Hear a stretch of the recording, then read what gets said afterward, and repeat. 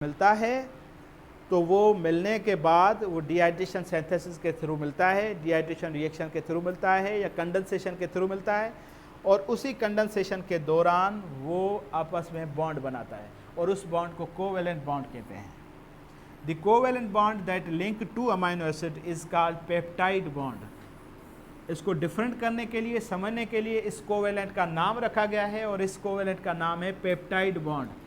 Protein के अंदर जो भी अमाइनो एसिड मिलते हैं वो पेप्टाइड लिंकेज के साथ मिलते हैं। A protein is composed of one or more long unbranched chains.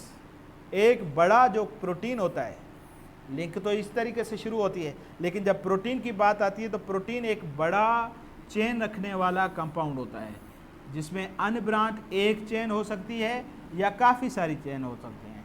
Each chain is called polypeptide chain. Her chain को पॉलीपेप्टाइड का नाम दिया जाएगा जिसमें 2-3 से ज़्यादा अमाइनो एसिड होंगे। Composed of amino acid linked by peptide linkage. और इसके अंदर पेप्टाइड लिंकेज किस तरीके से मिलेगा देख ले आप यहाँ पे। ये एक अमाइनो एसिड है, ये दूसरा अमाइनो एसिड है। इस अमाइनो एसिड के कार्बोऑक्सिल ग्रुप नेगेटिव चार्ज है और अमाइनो ग्रुप पॉजिटिव चार्ज है। डिहाइड्रेशन होगी तो एक अमाइनो एसिड अपना हाइड्रोजन लूज करेगा और एक अमाइनो एसिड अपना OH हाइड्रोक्साइल लूज करेगा। जैसे कि आप देख रहे हैं कि ये OH प्लस H जब लूज होंगे तो इससे बनेगा वाटर, जिसको हम कहते हैं डिहाइड्रेशन। और फिर बनती है कार्बन प्लस नाइट्रोजन के बीच में बॉन्ड। कार्बन प्लस नाइट्रोजन के बीच में जो बॉन्ड बनेगी उसको हम कहते हैं कोवेलेंट बॉन्ड। क्योंकि ये प्रोटीन के अंदर पाई जाती है तो इसीलिए इस कोवेलेंट का नाम रखा है पेप्टाइड बॉन्ड। सही है। और इसी तरीके से ये बॉन्ड बन गई और कार्बन और नाइट्रोजन के बीच में बन गई तो इसको हम कहते हैं पेप्टाइड लिंकेज। अब यहाँ पे क्या होता है कि बॉन्ड एक बनी है लेकिन अमाइनो एसिड 2 हैं तो इस कंपाउंड को नाम रखेंगे डाइपेप्टाइड। Dipeptide, dipeptide. और इसी तरीके से फिर आगे अगर प्रोसेस कंटिन्यू रहता है तो वही सेम OH जैसे कि यहाँ पे ये वाला दूसरे अमाइनो एसिड के साथ कंबाइन होगा और कंटिन्यूसली एक चेन बनाएगा। जब एक बड़ी प्रोटीन की चेन बन जाएगी तो प्रोटीन होता ही एक बड़ी चेन रखने वाला कंपाउंड और उसमें एक या ज़्यादा चेन होती है अनब्रांच। और इसी तरीके से वो चेन के अंदर अमाइनो एसिड के बीच में बॉन्ड होती है ज़्यादा तो समटाइम उसको हम कहते हैं पॉलीपेप्टाइड। सही है, पॉलीपेप्टाइड। तो प्रोटीन को पॉलीपेप्टाइड कहा जाता है। समझ में आया यहाँ तक। उसके बाद आगे है स्ट्रक्चर ऑफ प्रोटीन।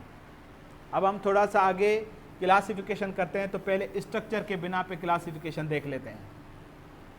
प्रोटीन को क्लासिफाई किया जा सकता है स्ट्रक्चर के बिना पे। आपने पढ़ा प्रोटीन का इंट्रोडक्शन, उसके बाद उसकी बिल्डिंग ब्लॉक पूरा अमाइनो एसिड, उसकी स्ट्रक्चर, अमाइनो एसिड की जो है वो बॉन्डिंग का मैकेनिज्म।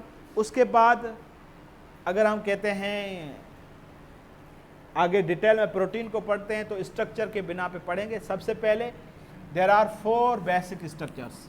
प्रोटीन को स्ट्रक्चर के बिना पे क्लासिफाई किया जाए तो 4 बेसिक स्ट्रक्चर में इसको क्लासिफाई किया जा सकता है। और इसके अंदर सबसे पहली स्ट्रक्चर है प्राइमरी स्ट्रक्चर, जिसमें एक लीनियर सीक्वेंस होती है अमाइनो एसिड की। प्राइमरी स्ट्रक्चर में अमाइनो एसिड एक लाइन में तरतीब में होते हैं, लाइन में होते हैं और लीनियर सीक्वेंस बनाते हैं अमाइनो एसिड मिलकर। तो सादे में सादी जो स्ट्रक्चर बनती है प्रोटीन की वो प्राइमरी कहलाती है। प्राइमरी स्ट्रक्चर सबसे सादी स्ट्रक्चर है प्रोटीन की। और इसी तरह इसका कोई एग्जांपल जैसे कि इंसुलिन, यहाँ पे आपके बुक में भी इसकी तस्वीर दी हुई है। इंसुलिन इसके अंदर आता है प्राइमरी स्ट्रक्चर में। दूसरा है सेकेंडरी स्ट्रक्चर। प्राइमरी स्ट्रक्चर के बाद सेकेंडरी स्ट्रक्चर बनती है जो थोड़ा सा कॉम्प्लेक्स है। प्राइमरी सिंपल है, सेकेंडरी कॉम्प्लेक्स है। और सेकेंडरी कॉम्प्लेक्स इसीलिए है क्योंकि इसके अंदर थोड़ी बॉन्डिंग बढ़ जाती है और इसका अरेंजमेंट का मैकेनिज्म चेंज हो जाता है। Chain of amino acid become spirally coiled. ये चेन थी, वो चेन स्पाइरली अरेंज होना शुरू हो जाए। स्पाइरली अरेंज होना शुरू हो जाए तो इसको हम कहते हैं सेकेंडरी स्ट्रक्चर। और इस स्पाइरल शेप को मेंटेन रखने के लिए बॉन्डिंग का बढ़ाना होगा और बढ़ती है। और सेकेंडरी स्ट्रक्चर जब बन जाती है तो उसकी नेचर ये होती है कि वो रिजिड होती है और ट्यूबुलर होती है और इसको हम हेलिक्स भी कहते हैं। Structure called helix. The hydrogen bond, sulphide bond involve to hold the protein in spiral manner.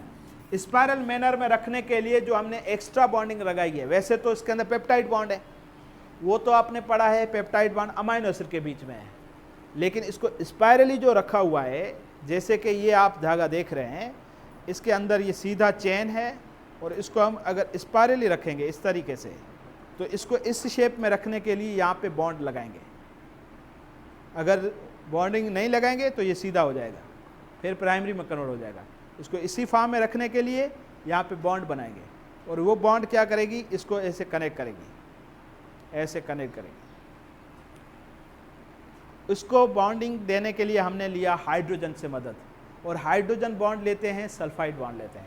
तो यहाँ पे सल्फाइड और हाइड्रोजन ये दोनों मिलकर हमारे इस स्पाइरल शेप को मेंटेन रखने में मदद करते हैं और इसीलिए सेकेंड स्ट्रक्चर पॉसिबल हो पाती है।